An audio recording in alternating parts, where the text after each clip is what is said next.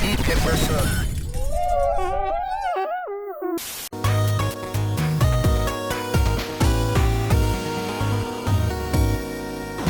The folks at Panda Indie Studio were kind enough to send me a Steam key for Project Starship X, and I gotta be honest, I didn't think much of it at first. There was barely any shooting in the first level, and I didn't like how the dash mechanic only goes up, with slight deviation to the sides. A poor first impression, but I had been told that a fellow shmup enthusiast and friend of the channel, Studio Mudprints, had nominated PSX for Shmup of the Year for 2020, so I asked him for some input.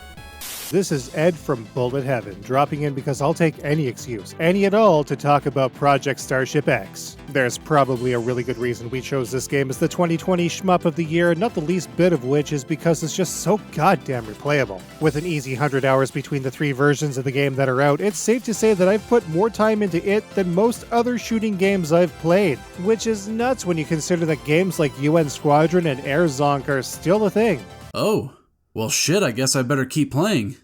Also, what is Air Zonk? Project Starship X, or PSX for short, is a sequel to the original released back in 2016. It looks okay, but I much prefer the aesthetics and personality of the sequel. Like the pilots, they never speak and yet they have so much character. Just watch what they do whenever you drift too close to the sun.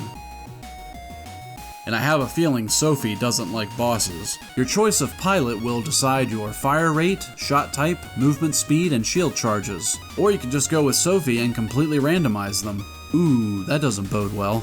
PSX puts a lot of focus on the dash mechanic, but it does a whole lot more than just moving you forward a short distance. It moves you through hazards while giving you a brief period of invulnerability at the end. Double tapping it twice will use a bomb. Using it near certain flashing objects will magnetize you to that object regardless of the direction.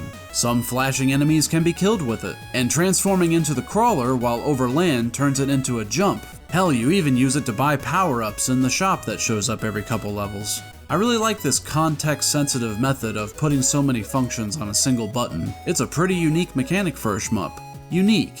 That's the best way to describe PSX. Unique, zany, and pretty damn tough. But here, even the difficulty thinks outside the box. Most shmups are just hellish games of dodgeball. What's that? You got hit by one of the million balls we threw at you? Hit the bench, loser. Loser! You're a loser!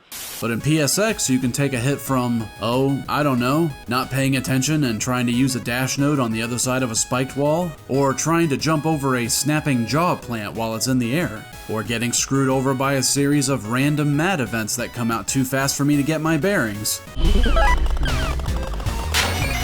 Oh, I'm sorry, was that not fast enough for you? Fuck you.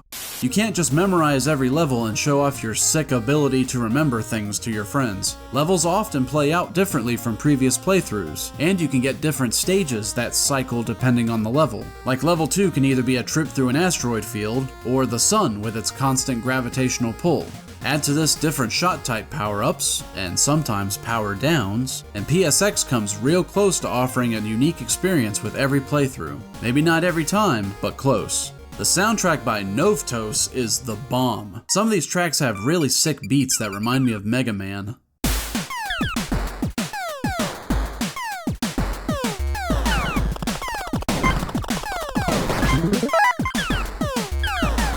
The game does underutilize the boss themes by having them all play from the beginning. The fights don't last much longer than half a minute, so you miss out on the later parts of the track, like that really smooth breakdown 40 seconds into Gazing the Danger.